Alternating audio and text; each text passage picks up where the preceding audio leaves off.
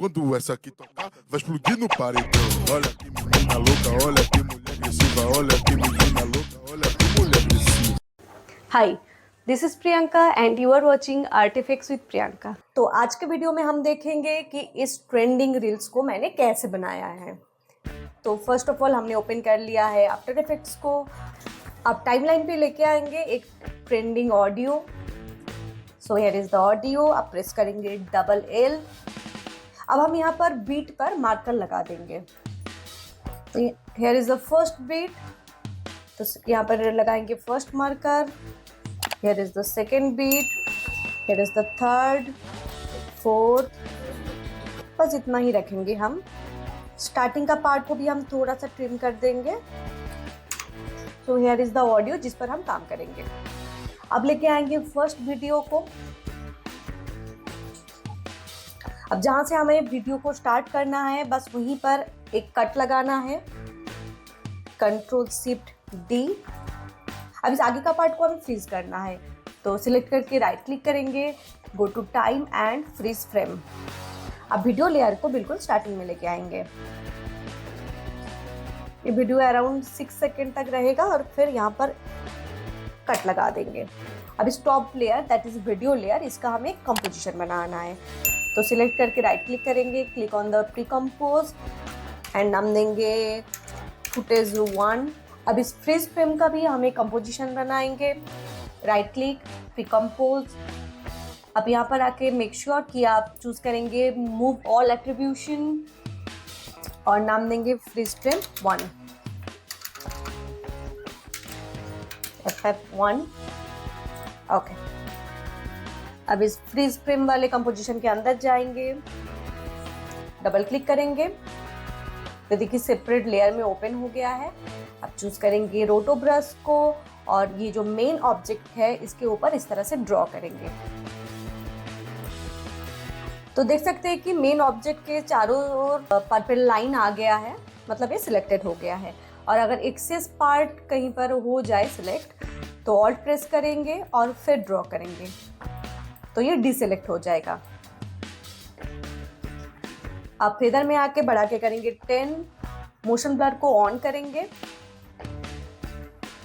अब यहाँ पर देखिए छोटा सा एक एक्स्ट्रा टाइमलाइन दिखा रहा है, इसका कॉर्नर को पकड़ के थोड़ा सा हम आगे की तरफ लेके आ जाएंगे। यहाँ पर देखिए एक फ्रीज का ऑप्शन आ रहा है, इस पर हम क्लिक करेंगे तो ये फ्रेम फ्रीज हो जाएगा। तो देखिए कटआउट रेडी हो गया है। मेन कंपोजिशन में आ जाएंगे, दैट इज कंपोजिशन 2। अब टॉप लेयर का हम 3 कॉपी बनाएंगे, कंट्रोल डी। आप यहाँ पर आके ग्रिड ऑप्शन में आके हम प्रोपोर्शनल ग्रिड को ऑन कर लेंगे, टॉप लेयर को सिलेक्ट करेंगे, go to the rectangle tool और इस तरह का हम रेक्टेंगल एक मास्क बनाएंगे। अब सेकेंड लेयर में आएंगे और बीच में एक मास्क बनाएंगे फॉर द थर्ड वन। और अगर मास्किंग में थोड़ा सा गड़बड़ हो जाए तो बस यहाँ पर आके सिलेक्शन टूल को सिलेक्ट करना है और इस तरह से कॉर्नर में पकड़ के थोड़ा सा ऊपर या फिर नीचे अपने हिसाब से एडजस्ट कर लेना है। अब तीनों को सिलेक्ट करेंगे, प्रेस करेंगे पी, पोजीशन ओपन होगा, यहाँ पर एक की फ्रेम लगा देंगे, तो ये होगा लास्ट की frame. And for the first की फ्रेम, फर्स्ट लेयर को हम लेफ्ट की तरफ लेके आ जाएंगे, सेकेंड लेयर को हम राइट की तरफ लेके आ जाएंगे एंड दोबारा थर्ड में भी हम लेफ्ट की तरफ लेके आ जाएंगे।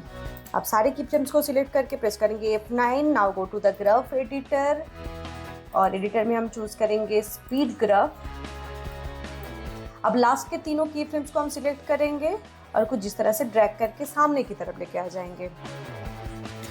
अब पहले आएगा first cut out, then second cut out start होगा और सेकेंड कट आउट एंड होने के बाद थर्ड कट आउट स्टार्ट होगा। तो ये एनिमेशन रेडी हो गया है। हम मेक श्योर कि मोशन ब्लर को ऑन करना है। अब तीनों को सिलेक्ट करके एक और पिन कंपोजिशन बनाएंगे, नाम देंगे freeze frame 1 animation. Next go to the effect panel and search for glow. Apply कर देंगे FF1 एनिमेशन के ऊपर। ग्लो थ्रेशोल्ड वैल्यू होगा 90 और रेडियस होगा 30। आप प्रेस एस, स्केल ओपन होगा, यहाँ पर हमें की फ्रेम लगा देंगे। बिल्कुल स्टार्टिंग में हम स्केल वैल्यू को बढ़ा के कर देंगे 110।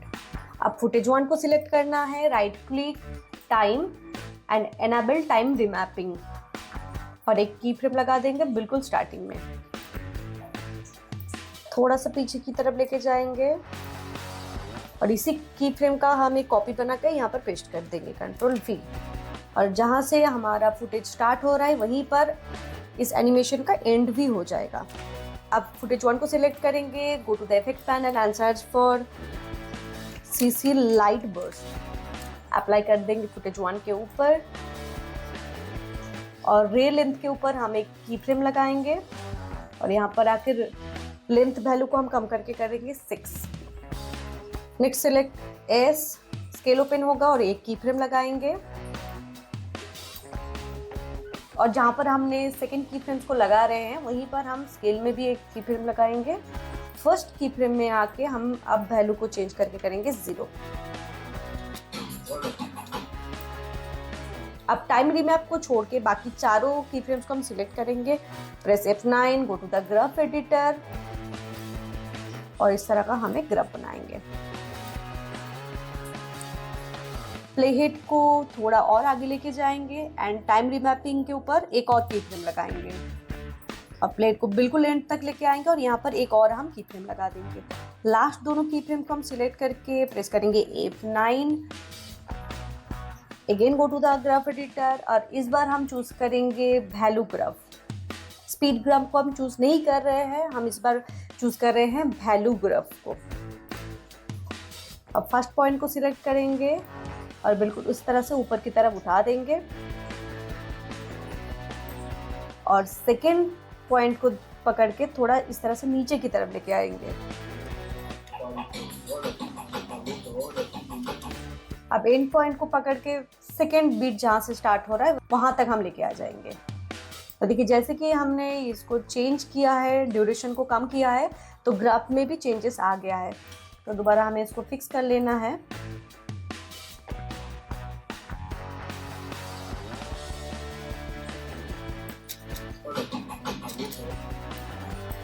ओके, अब फ्रीज फ्रेम एनिमेशन को हम बढ़ा के इतना दूर रखेंगे जहां पर ये अपीयर हो रहा है।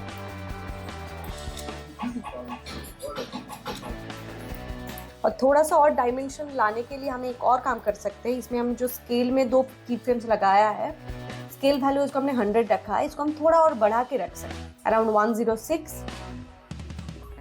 स्टार्टिंग का वैल्यू को थोड़ा और बढ़ा के 120 कर देते हैं,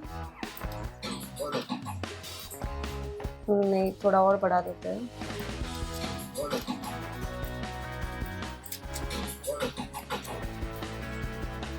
स्टार्टिंग का रे लेंथ को बढ़ा के हम 150 कर देते हैं। आई थिंक ये ज़्यादा बेटर लगेगा। Okay nice. अब फुटेज 1 को सिलेक्ट करके हम प्रेस करेंगे T, ओपेसिटी ओपन होगा और एक की फ्रेम हम लगा देंगे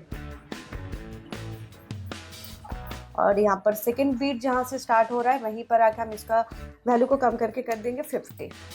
राइट क्लिक कीजिए, न्यू, और एक नया सॉलिड लेयर लेके आएंगे, कलर रखेंगे ब्लैक। ये रहेगा बेस लेयर या फिर background layer. First beat complete हो गया है and for the second beat हम दोनों प्री कंपोजिशन को सिलेक्ट करेंगे, प्रेस करेंगे कंट्रोल D। तो देखिए डुप्लीकेट बन गया है। टॉप में लेके आएंगे दोनों को और ड्रैग करके कुछ इस तरह से लेके आ जाएंगे। अब हमें इन दोनों प्री कंपोजिशन को बस रिप्लेस करना है। FF1 का हमें कॉपी बनाएंगे प्रोजेक्ट पैनल में, इसका नाम देंगे FF2 एनिमेशन और रिप्लेस कर देंगे। सिलेक्ट कीजिए प्री कंपोजिशन को और ऑल्ट प्रेस करके इसको रिप्लेस कर दीजिए। ओके, प्री कंपोजिशन के अंदर जाएंगे, यहाँ पर देखिए एक और प्री कंपोजिशन है FF1, इसको भी हमें रिप्लेस करना है। कंट्रोल D, तीनों को सिलेक्ट करेंगे, ऑल्ट प्रेस करके रिप्लेस कर देंगे। मेन कंपोजिशन में आ जाइए। सेम तरीके से फुटेज 1 को भी हम रिप्लेस करके फुटेज 2 में लेके आ जाएंगे। ओके, अब फुटेज 2 के अंदर जाएंगे। सेकेंड वीडियो हमारा स्टार्ट होगा यहाँ से। सेम तरीके से यहाँ पर एक कट लगाएंगे, Ctrl+C+D। फर्स्ट पार्ट को हम फ्रीज फ्रेम में कन्वर्ट कर देंगे एंड सेकेंड पार्ट को हम स्टार्टिंग से लेके आएंगे। अब फ्रीज फ्रेम पार्ट को सिलेक्ट करेंगे, Ctrl+X, और ये होगा हमारा फ्रीज फ्रेम 2, Ctrl+V। अब फ्रेम ऑन कर ज़रूरत नहीं है, हमने इसको डिलीट कर दिया है। इसको भी हमें रोटो करके कटआउट बनाना है, तो डबल क्लिक करेंगे लेयर के ऊपर, रोटो टूल को सिलेक्ट करेंगे और इस तरह से ड्रॉ करेंगे अपने सब्जेक्ट के ऊपर।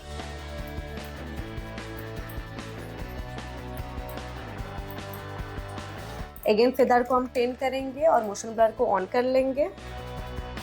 टाइमलाइन को हम थोड़ा सा बढ़ा लेंगे और यहाँ से सिलेक्ट करेंगे फ्रीज।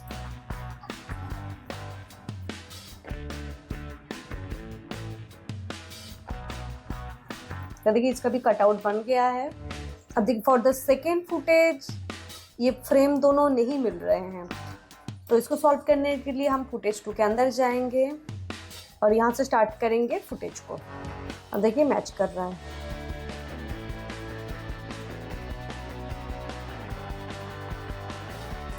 सेम तरीके से हम बाकी बीट के लिए भी फुटेज एंड फ्रीज फ्रेम बना लेंगे।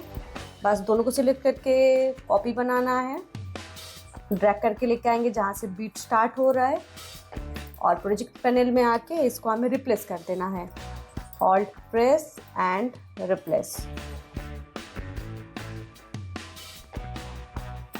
रिप्लेस अंदर जाएंगे और अब हम रिप्लेस करेंगे फ्रीज फ्रेम को। अब आ जाएंगे फुटेज 3 में, सिलेक्ट करेंगे एक दूसरा फ्रेम, Ctrl+C+D। फर्स्ट पार्ट को बनाएंगे फ्रीज फ्रेम, इसको हम कट करके लेके आ जाएंगे फ्रीज FF3 के अंदर and paste. Double click, select the रोटो टूल और बना लेंगे कटआउट। अब बस और कुछ नहीं करना है, चले आना है मेन कंपोजिशन के ऊपर और चेक कर लेना है कि फुटेज एग्जैक्ट पॉइंट के है कि नहीं। अगर नहीं है तो थोड़ा सा फुटेज के अंदर जाके आगे पीछे करके उसको एडजस्ट कर लेना है। और सारे फुटेजेस का ड्यूरेशन बस 1 बीट तक ही होगा, तो उसी सबसे हम ट्रिम कर लेंगे। राइट क्लिक करके लेके आते हैं एक एडजस्टमेंट लेयर और एडजस्टमेंट लेयर के ऊपर हम लेके आएंगे एक्सपोजर। अब दोनों की फ्रेम्स के जस्ट मिडिल में हम लेके आएंगे प्लेहेड को और एक्सपोजर वैल्यू को हम कर देंगे बढ़ा के 1.3 और लगा देंगे एक की फ्रेम। थोड़ा सा आगे आएंगे, वैल्यू होगा 0 और अगेन थोड़ा सा पीछे जाके भी वैल्यू को हम 0 ही कर देंगे। और हर फुटेज के लिए हम सेम की फ्रेम्स को कॉपी पेस्ट कर देंगे।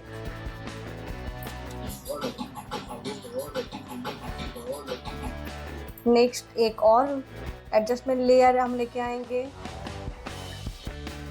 फिर इस बार हम लेके आएंगे रेडियल ब्लर और अमाउंट कम कर देंगे 8। इस पर एक और इफेक्ट हम लगाएंगे, दैट इज विग्नेट, और अमाउंट कम करके करेंगे -60 और एंगल ऑफ व्यू होगा 30। नेक्स्ट हम शेप टूल में आके सिलेक्ट करेंगे इलिप्स टूल को, मेक श्योर कि एडजस्टमेंट लेयर सिलेक्टेड रहे और एग्जैक्टली बीच में हम इस तरह का एक इलिप्स बनाएंगे। अब मास्क को हम करेंगे इन्वर्टेड, फेदर को हम बढ़ा के करेंगे 150। अब रेडियल ब्लर के टाइप में आके हम चेंज करके करेंगे स्ट्रेट जूम।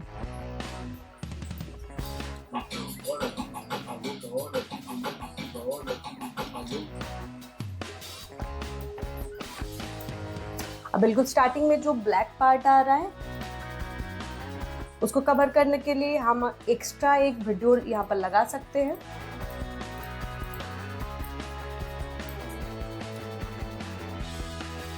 और इसमें भी हम लगाएंगे स्पीड रैम्पिंग।